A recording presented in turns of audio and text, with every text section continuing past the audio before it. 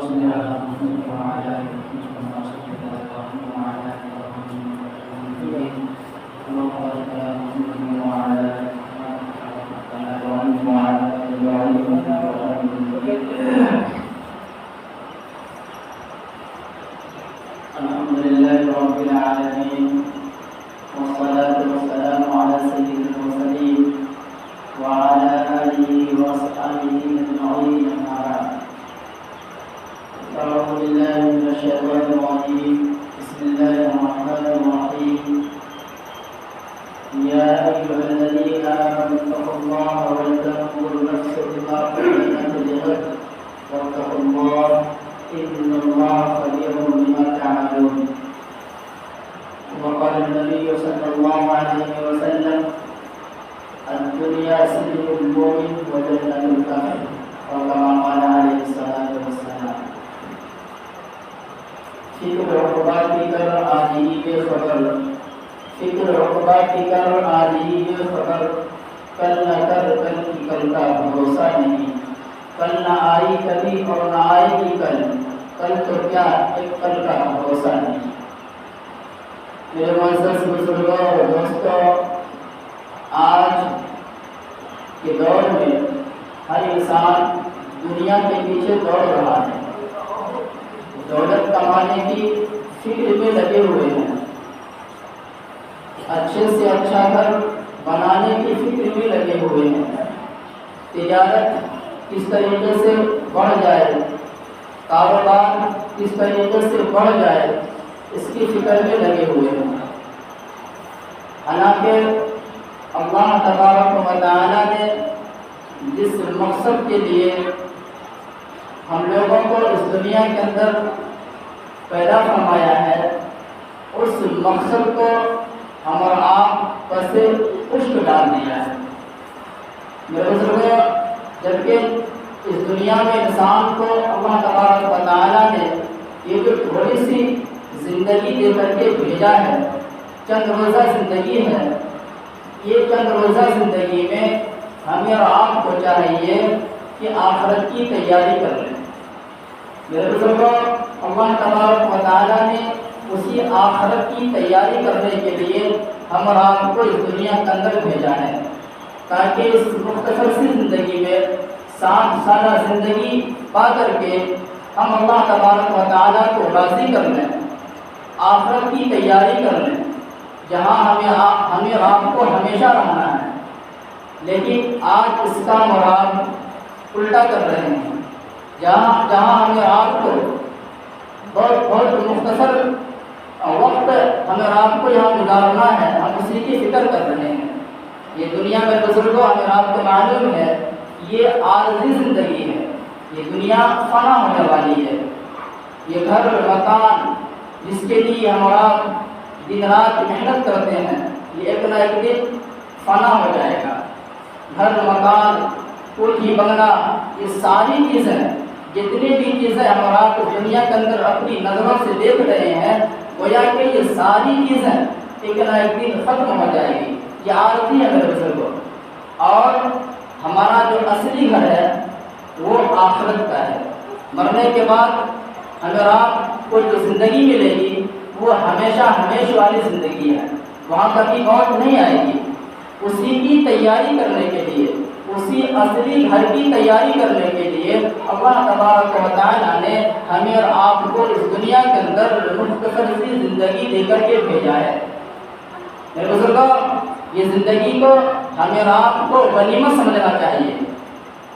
جب انسان کا آنکھ جب تک کھلی ہوئی ہے، جسم کے اندر سانس چل رہا ہے، تو ہم اللہ کو راضی کر لیں، آخرت کی تیاری کر لیں. اور جب ہماری آنکھ بند ہو جائے گی، جسم کا سانس چلنا رک جائے گا، تو پھر میرے بزرگوں ہم ایک مرتبہ سبحان اللہ بھی نہیں کر سکتے ہیں. اس لیے فرمایا کہ دنیا کے اندر سب سے زیادہ عقل مند انسان وہ ہے، ہوشیار انسان وہ ہے، چالاک انسان وہ ہے جو دنیا میں رہ کر کے آخرت کی تیاری کر لیں، آخرت کو سنوار لیں. سب سے بڑا عقل مند، بڑا ہوشیار چالاک انسان وہی کہلاتا ہے. موت سے پہلے موت کی تیاری کر لیں، جب اللہ تبارک و تعالیٰ کی طرف سے بلاوا آ جائے گا، اللہ تبارک و تعالیٰ کی طرف سے بلاوا آ جائے گا، دعوت نامہ لے کر کے ملک الموت یعنی فرشتہ، موت کا فرشتہ جو اللہ کی طرف سے دعوت نامہ لے کر کے آ جائے گا، تو ہمیں رات کو خوشی خوشی اللہ کے دربار میں حاضر ہو جائیں گے اور اللہ تبارک و تعالیٰ کے یہاں شرمندگی نہیں اٹھانی پڑے گی۔ اس کے لیے میرے بزرگوں دنیا میں ہی محنت کرنا پڑے گا۔ اس دنیا کے اندر سے بڑے بڑے اللہ والے گزرے ہیں، بڑے بڑے اللہ والے گزرے ہیں، اسی میں سے ایک نام حضرت امام غزالی رحمۃ اللہ علیہ، بہت بڑے اللہ والے گزرے ہیں، اللہ کے ولی تھے۔ ان کا ایک واقعہ لکھا ہے کہ ایک مرتبہ حضرت امام غزالی رحمۃ اللہ علیہ اپنے دوست کے گھر گئے، دوست سے ملاقات کرنے کے لیے۔ جب دوست کے گھر پہ تشریف لے گئے، جب دروازے پر پہنچے تو ان کے گھروں کے اندر سے آواز آ رہی تھی۔ ان کا دوست کہہ رہا تھا کہ اپنے گھر والوں سے کہہ رہے تھے کہ جلدی جلدی میرا قیمتی لباس تیار کرو، میرا قیمتی جوڑا کرا جلدی سے وہ لاؤ۔ جب امام غزالی رحمۃ اللہ علیہ دروازے پہ پہنچتے ہیں، دستک دیتے ہیں، آواز دیتے ہیں اور سلام کر کے اندر جب گھر میں داخل ہو جاتے ہیں تو انہوں نے اپنے دوست سے پوچھا کہ آخر آج آپ اتنی پریشان کیوں ہیں؟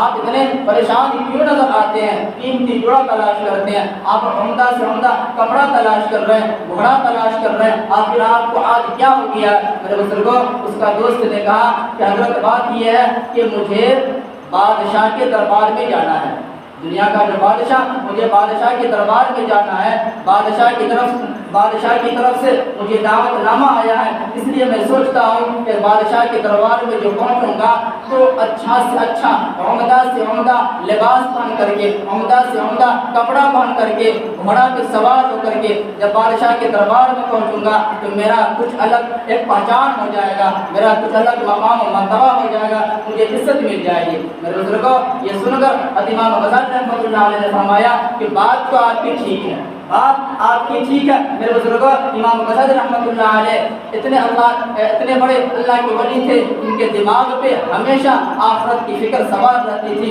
انہوں نے کہا کہ بات تو آپ کی یہ ٹھیک ہے، آپ کو بادشاہ کے دربار میں جانا ہے، بادشاہ کی طرف سے دعوت نامہ آیا ہے، اس لیے آپ شاہانہ انداز میں، اچھے سے اچھے انداز میں اور عمدہ سے عمدہ کپڑا پہن کر کے جائیں گے تو آپ کا ایک الگ پہچان ہوگا، آپ کا ایک الگ مقام و مرتبہ ہوگا، آپ کو عزت ملے گی۔ لیکن اے میرے عزیز دوست، انہوں نے فرمایا اے میرے عزیز دوست، جس بادشاہ کے دربار میں آپ جانا چاہتے ہیں وہ بادشاہ کا بادشاہ، وہ شہنشاہ کا شہنشاہ، احکم الحاکمین اللہ تبارک و تعالیٰ کی طرف سے جب اس بادشاہ کا بلاوا آ جائے گا اس وقت کیا ہوگا؟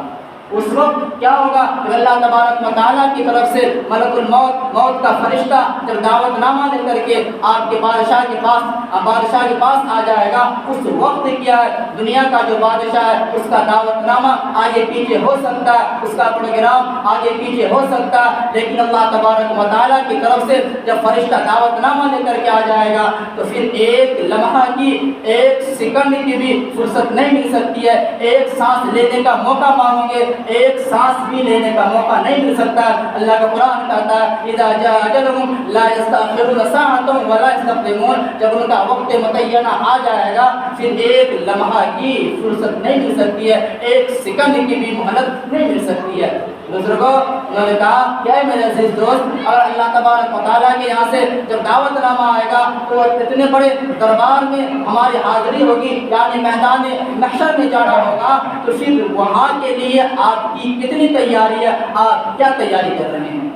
میرے بزرگوں، آج ہم آپ دنیا کے اندر دنیا حاصل کرنے کے لیے کتنی تیاری کرتے ہیں، جو کہ یہ دنیا کو چھوڑنا پڑے گا۔ ہمیں اور آپ کو معلوم ہے کہ دنیا میں رہ کر کے ہم چاہے کچھ بھی کر لیں گے لیکن ایک نہ ایک دن یہ دنیا کو چھوڑنا پڑے گا۔ جو ہمارا اصلی گھر ہے وہاں کبھی موت نہیں آ سکتی ہے، وہاں کے لیے ہم کتنی تیاری کرتے ہیں، اس کی فکر کرنے کی ضرورت ہے۔ میرے بزرگوں، اس دنیا کے اندر سے بڑے بڑے نامور بادشاہ چلے گئے، بڑے بڑے دولت مند، بڑے بڑے سرمایہ دار اس دنیا سے چلے گئے تو کیا لے کر کے؟ بالکل تنے تنہا خالی ہاتھ گئے۔ اور کیا لے کر کے جاتے ہیں؟ دنیا کے اندر جو اعمال کرتے ہیں صرف ایک اعمال ساتھ جاتا ہے۔ بزرگوں، حضرت موسیٰ علیہ السلام کے دور میں نام سنا ہوگا، قارون کا نام سنا ہوگا۔ اللہ تبارک و تعالیٰ نے قارون کو اتنی بڑی دولت سے ان کو نوازا تھا۔ حضرت موسیٰ علیہ السلام جب قارون کے پاس جاتے ہیں اور ان کو کہتے ہیں کہ یہ اللہ کی دی ہوئی نعمت کو اللہ کی معصیت میں خرچ مت کرو، اللہ کی نافرمانی میں خرچ مت کرو اور اللہ کا شکریہ ادا کرو۔ میرے بزرگوں، اس قارون نے کہا کہ اے موسیٰ، اس میں اللہ کا شکریہ ادا کرنے کی کیا ضرورت ہے؟ ہمیں جو یہ دولت ملی ہے یہ علم کی بدولت ہم نے حاصل کیا، اپنے قوت بازو کے بدولت ہم نے حاصل کیا ہے۔ میرے بزرگوں، یہ قارون کو یہ جو اللہ نے دولت دیا تھا اس دولت پہ وہ اکڑ گئے، اترا کر کے چلتے تھے، زمین پر چلتے تھے، اترا کر کے چلتے تھے اور وہ تکبر کرنے لگے، گھمنڈ کرنے لگے تو اللہ تبارک و تعالیٰ نے عذاب نازل کر دیا۔ کیا کیا اللہ نے؟ عذاب نازل کر دیا۔ ایسا زلزلہ آیا کہ اس کے تمام خزانہ کو زمین میں دھسا دیا۔ حالانکہ قارون کو بھی اللہ تبارک و تعالیٰ نے زندہ زمین میں دھسا دیا، قارون کو زندہ زمین میں دھسا دیا۔